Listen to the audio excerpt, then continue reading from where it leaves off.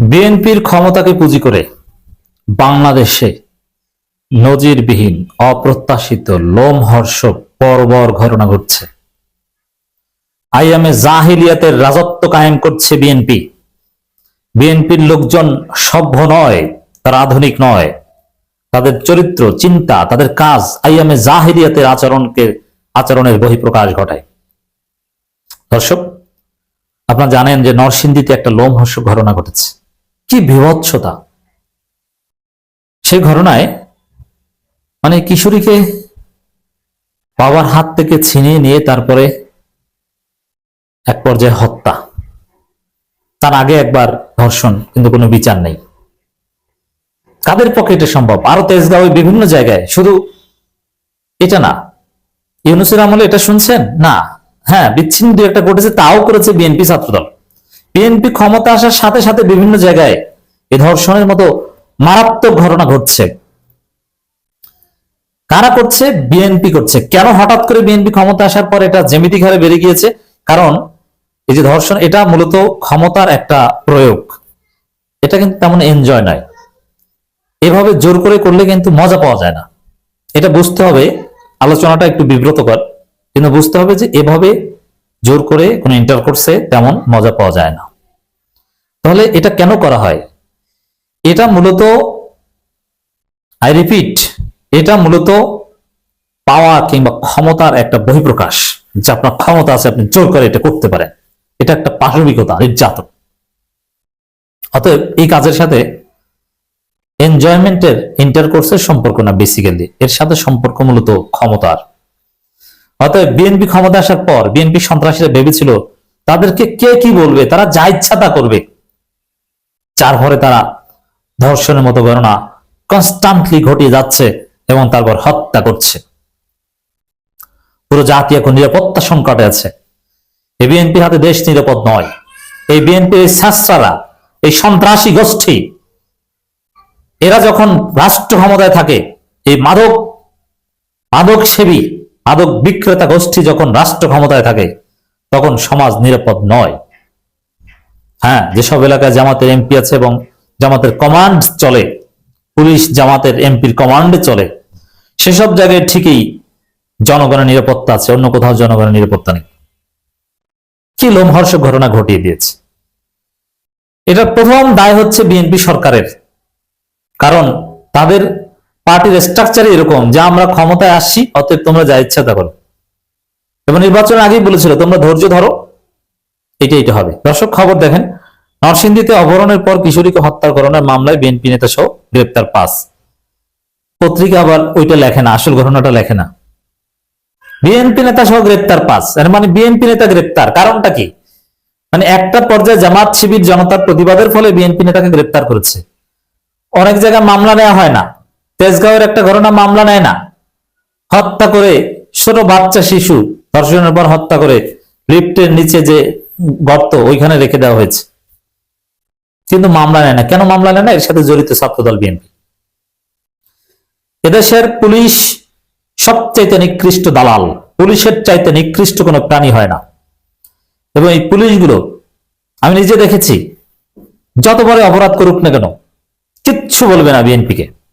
হ্যাঁ, বিএনপির উপর থেকে যখন বলা হয় যে বিএনপি করুক, তারপরে তুমি ধরো এইটাকে, তখন ধরে। ওদের কোনো মেরুদণ্ড নাই। ওদের চাইতে নিকৃষ্ট কোনো প্রাণী হয় না।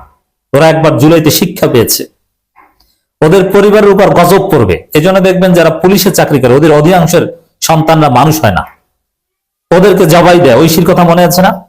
ওদের ঘরে ঘরে ঐশী জন্ম নেবে, কারণ তোরা অমানুষের বাচ্চা। বেশিরভাগই খুব অল্প পরিমাণ পুলিশ কর্মকর্তা আছে ভালো, আমি চিনি, আমার বন্ধু বান্ধব আত্মীয় অনেকে আছে, কিন্তু তাদের পুলিশ ডিপার্টমেন্টে তেমন ক্ষমতা নেই। তাদেরকে কোন ঠাসা থাকতে হয়।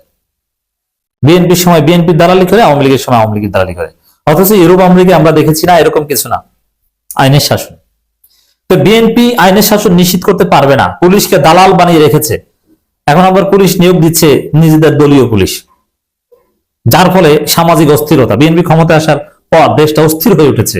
ভয়ানক দ্রব্যমূল্যের ঊর্ধ্বগতি, আইন শৃঙ্খলা পরিস্থিতির ভয়ানক অবনতি, সব জায়গায় ডেভিয়েশন, ল অ্যান্ড অর্ডার সিচুয়েশনের মারাত্মক ড্রাস্টিক ডিটোরিয়েশন। হঠাৎ করে জ্যামিতিক হারে ধর্ষণ বেড়ে গিয়েছে। আওয়ামী লীগ আমলে শুধু ধর্ষণ ছিল, এখন ধর্ষণ করে হত্যা করা হয়। আপনি চিন্তা করছেন আমরা কোথায় আছি? দর্শক, মিডিয়াগুলো এগুলো আবার হাইলাইট করছে না। মিডিয়াগুলো কতটা নোংরা, পুলিশ এবং মিডিয়ার চাইতে নোংরা কোনো বস্তু হয় না। মিডিয়াগুলো বিএনপি যত বড় অপরাধ করুক সে অপরাধকে ধামাচাপা দেয় এবং বিএনপির নামটা এড়িয়ে যায়। আর এই ঘটনা এটা বিএনপির সাথেই জড়িত। মনে রাখবেন, কেউ ধর্ষণ বা এই ধরনের ঘটনা ঘটালে, হত্যাকাণ্ড, চাঁদাবাজি, এটা ব্যক্তিগত বা সামাজিক অপরাধ নয়, এটা বিএনপির রাজনৈতিক অপরাধ। কারণ বিএনপি ক্ষমতা এসেছে বলেই, অথবা ক্ষমতা আসার আগেও বিএনপির পাওয়ার ছিল। ইউনূস আমলে তো বিএনপি ক্ষমতা ছিল, ইউনূস সরকারটা ছিল বিএনপি সরকার, সেটা তো খলিলকে পররাষ্ট্রমন্ত্রী বানানোর মাধ্যমে ওই সরকারের সচিব, এই সরকারের সচিব হয়, ড্রাইভার এই সরকারের ড্রাইভার হয়, আরো বিভিন্ন জন, এতে থেকেই তো বোঝা গেছে। অতএব ক্ষমতা ব্যবহার করে এই কাজটা করা হয়। কিন্তু মিডিয়াগুলো দেখবেন যে রিপোর্ট করে, কিন্তু বিএনপির নামটা এড়িয়ে রিপোর্ট করে।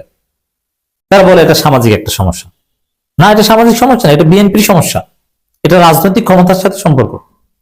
মিডিয়া প্রতিবাদ করে না, পুলিশ অ্যাকশন নেয় না, এবং ঢাকা বিশ্ববিদ্যালয়ে নারী শিক্ষার্থীকে পিটায়, হেনস্থা করে। ছাত্র দলের এক সন্ত্রাসী, পদধারী, ছাত্র দলের বেশিরভাগই তো সন্ত্রাসী, পদধারী সন্ত্রাসী, মাদক সেবী, হত্যা মামলার আসামি, লাঠি দিয়ে নারী শিক্ষার্থীকে পিটিয়েছে গভীর রাতে। বাম সন্ত্রাসীরা, বাম দালালেরা প্রতিবাদ করে, ছাত্র দলের নাম লেখে না। এইভাবে সিলেক্টিভ কৌশলী প্রতিবাদ করলে জীবনে এই সমস্যার সমাধান হবে না।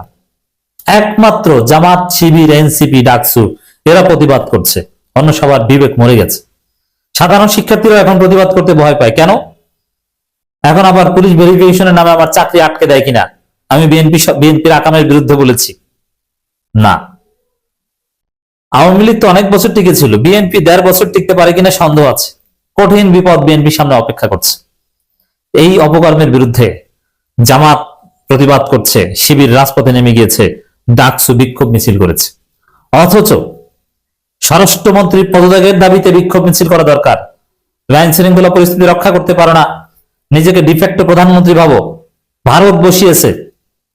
মনে রাখবেন, এই সরকার তারেক রহমান সরকার নয়। প্রধানমন্ত্রী তারেক রহমানের চাইতেও অন্য কারো বিশেষ এক মন্ত্রী বিশেষ ক্ষমতা আছে। এটা এক অদৃশ্য শক্তি এখানে ক্ষমতা নিয়ন্ত্রণ করছে। তো দর্শক, জামাত এই ঘটনার তীব্র প্রতিবাদ জানিয়েছে। নরসিংদীর মাধবদীতে কিশোরীকে ধর্ষণ করে হত্যার ঘটনায় গভীর উদ্বেগ প্রকাশ করেছে ইসলাম মাহমুদ জুবায়ের, এবং ঘটনার বিচার দাবি করছে। শিবির, ডাকসু, বিশেষ করে ডাকসু ঢাবি সেন্ট্রাল মসজিদ থেকে বিক্ষোভ মিছিল করেছে বাদ জুমা। সেখানে এস এম ফরহাদ, সাদিক ক্যাম এবং ডাকসু নেত্রীরাও কথা বলেছে, প্রতিবাদ করেছে। তারা এই বিষয়ে ছাড় দিবে না। এখন দেখি আমাদের আশা আকাঙ্ক্ষার একমাত্র ভরসা শিবির, সাদিক ক্যাম, ডাকসু, জামাত যে বিষয়ে জোরালো প্রতিবাদ করতে পারে এনসিপি, সেই বিষয়ে একটু বিচার হয়, গ্রেপ্তার হয়। তাও কোন ফাঁক ফোকর থেকে বের হয়ে যাবে বলা যায় না। আসুন সবাই জেগে উঠুন, বিএনপি সরকারের বিরুদ্ধে জেগে উঠুন। কারণ এটা বিএনপির দোষ, বিএনপির ক্ষমতার দোষ। জামাতকে ক্ষমতা দিতেন, জামাতের লোকজন এই কাজ কশ্চিন কালও করতো না। জামাত বিভিন্ন জায়গায় তো ক্ষমতা এক্সারসাইজ করে, ডাকসুতে ক্ষমতায়, শিক্ষা প্রতিষ্ঠানে তো শিবির ক্ষমতায়। এখন না বিএনপি ক্ষমতা এসেছে, ইউনূস সরকার আমলে তো শিবিরের নিরঙ্কুশ ক্ষমতা ছিল। কই দেখেছেন কোনো অপকর্ম করতে? অতএব বিএনপি সরকারের বিরুদ্ধে আপনাদেরকে সোচ্চার হতে হবে।